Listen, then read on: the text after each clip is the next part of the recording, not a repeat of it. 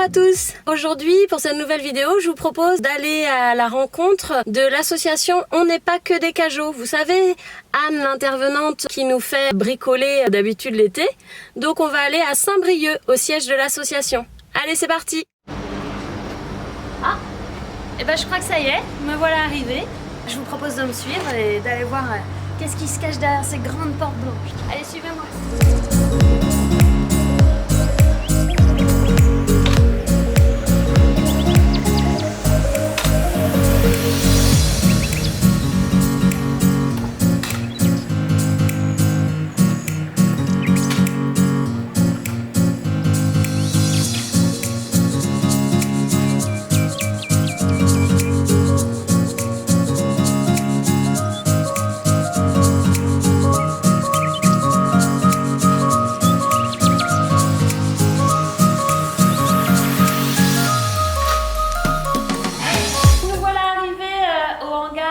L'association On n'est pas que des cajots, donc la taverne d'Ali Baba, comme vous pouvez voir autour de vous, c'est super, il y a plein de récup et je suis en présence de Anne, donc la cofondatrice de l'association. Bonjour Anne. Bonjour Azélis.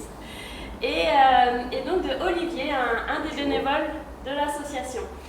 Alors Anne, dis-moi comment a été créée cette association, quels sont les objectifs? L'association a été créée en 2013. On avait déjà cette volonté de travailler sur de la récup, on était animatrice et on s'est rendu compte qu'en fait ça prenait bien, ça intéressait les gens, que ce soit les enfants, les ados, les adultes, et que ça n'existait pas en 2013 sur les Côtes d'Armor, ou en tout cas sur notre bassin où on intervenait. Donc on a décidé de monter l'asso, on avait une visseuse, une scie sauteuse et c'était parti. C'est de ça. Exactement. Et puis surtout en fait d'avoir envie d'essayer, de se tromper, de recommencer, de tester. C'est ça en fait le maître mot de l'association, c'est on essaye et on recommence encore et encore jusqu'à temps qu'on y arrive. Et donc tout ça plaisir. À partir de déchets aussi. Oui, donc, alors nous on n'appelle pas ça des déchets. Oui, des matériaux. Voilà, des matériaux et des matières qu'on récupère parce qu'en fait ça a de la valeur. Alors je ne parle pas au niveau de l'argent, je parle au niveau de la valeur du matériau dans son évolution pour une seconde vie en fait. Et donc comment cette association-là intervient? Les principales missions? Alors la première mission, c'est vraiment notre cœur de métier, c'est d'intervenir dans des établissements, dans les collectivités, dans les entreprises, pour mettre en place des ateliers. C'est en fait transmettre, mettre la main sur l'outil. Les gens se saisissent des choses et se disent surtout que c'est possible. On est tous capables de le faire, il n'y a pas de don. Il n'y a pas forcément besoin d'acheter. Ah non, déjà, il n'y a pas besoin d'acheter. Ça, quand on veut quelque chose, on peut le fabriquer. Tout à fait. Mais en fait, pour le fabriquer, on se dit, ah bah oui, mais je ne sais pas, je ne suis pas capable, j'ai pas les outils. Alors, les outils, on peut se les faire prêter. On peut utiliser des outils qui ne sont pas électriques, des outils à main, une scie à main, ça va être plus long, oui, mais c'est possible. On est impressionné par l'exemple. Tout à fait, tout à fait. On commence par ça et vraiment le dernier blocage qu'on a souvent, c'est je ne suis pas capable. Et ça, tout le monde est capable en fait. Tout le monde. Du coup, toi, tu proposes de venir dans un vote et faire lâcher un peu ces points qui coincent là. Alors on a au début de l'atelier, c'est je suis pas capable, j'ai peur, j'y arriverai pas, je suis nulle, etc. Et à la fin de l'atelier, c'est je veux pas lâcher la scie sauteuse, laisse-moi la scie sauteuse, je vais en acheter une, c'est mon cadeau de Noël. Voilà. Quel que soit l'âge, quel que soit le sexe, ça se passe régulièrement comme ça. Et je suis trop fière de ce que j'ai fait. Ouais. C'est vrai que en fait, quand on fait soi-même, ça a beaucoup plus de valeur finalement. C'est ça, on l'adapte à notre besoin, c'est-à-dire qu'on veut plus haut, plus petit, plus grand. Et son niveau d'exigence, c'est celui qu'on s'impose vis-à-vis de soi-même. Vous voulez juste tester des choses, c'est parfait. Vous voulez aller plus loin, recommencer 10 fois parce que vous êtes perfectionniste, c'est parfait. Et donc Olivier, qu'est-ce que tu nous mijotes pour aujourd'hui?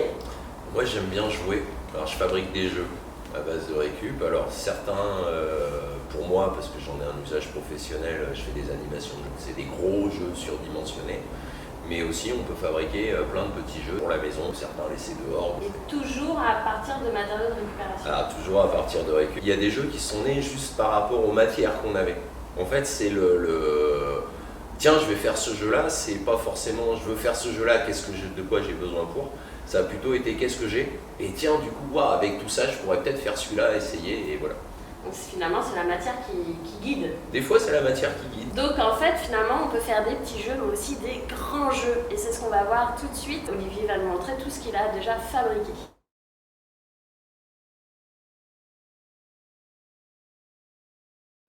On a un mélange de plusieurs jeux en même temps. C'est à la fois un billard japonais et un mini billard. Et dedans, alors il y a une porte de placard qu'on voit pas bien, mais qui est en dessous, qu'on va montrer comme ça. Donc là, voilà, là on a une porte de placard. Hop, voilà. Autour, on a de la palette. Dessus, on a de la moquette. Des chutes de moquette. Il me fallait un retour comme ça, et c'est du cerclage de tonneaux. Les boules et les queues de billard viennent d'un mini billard qui est arrivé en fin de vie, mais on pourrait jouer avec des balles de golf aussi à la place, ça marche bien. Là, c'est un truc pour présenter les fruits, les oranges, je crois, idéal pour ranger les cannes, et puis pour mettre les boules, un petit tupperware et un porte-plante. Ça s'appelle le billard artisanal. Le billard parce qu'il est fait maison. C'est un pied d'appareil photo, mais il n'y a pas l'appareil photo. Il restait le pied. Donc qu'est-ce qu'on peut en faire? On peut en faire un jeu qui s'appelle un suspens ou un bamboléo, enfin il a plein de noms. Donc en gros un fil avec un plateau fixé au milieu, et puis à tour de rôle on va poser des pièces de bois pour essayer de préserver l'équilibre. Celui qui fait tomber les pièces a perdu. On peut jouer à 4 facilement. Les pièces de bois, c'est un jeu de construction d'enfants là. Parce que les enfants grandissent, ils laissent leurs jouets, on ne sait plus comment faire, on peut en faire ça. Et puis, alors ça, c'est des petits cubes de bois qui servent de pièces complémentaires. Il faut toujours garder un maximum de choses. Voilà, alors là, il y a plusieurs types de plateaux entre eux qui sont fixés pour trouver le point d'équilibre. Pour faire ça, il suffit d'avoir une scie, éventuellement une scie sauteuse électrique, c'est mieux, mais une scie à main, ça passe, et une perceuse visseuse. Et si on n'a pas de pied d'appareil photo, on peut aussi construire un triangle. Un pied avec voilà. trois bouts de bois assemblés façon tipi. Voilà, on peut faire ça, on peut lui faire un truc bien carré à 4 avec une latte dans le milieu qui pend. Enfin, on n'est pas obligé d'avoir la forme de 3. L'important, c'est de retrouver le principe, c'est-à-dire un support, un fil qui pend, un plateau suspendu dans le vide. Ouais, libre à vous d'imaginer à chacun d'imaginer ce qu'il veut mettre. C'est un jeu de lancer tout bête. Alors moi j'aime bien compliquer les choses et me fatiguer et pas me fatiguer, donc c'est un lancer assis. Lancer assis, voilà, avec une chaise un peu particulière. Une chaise un peu particulière qui est mon Dieu, c'est une chaise, elle a connu la guerre, elle a perdu une jambe, arrachée dans un conflit, on sait pas quoi. Mais heureusement les cajots étaient là et voilà. Excellent.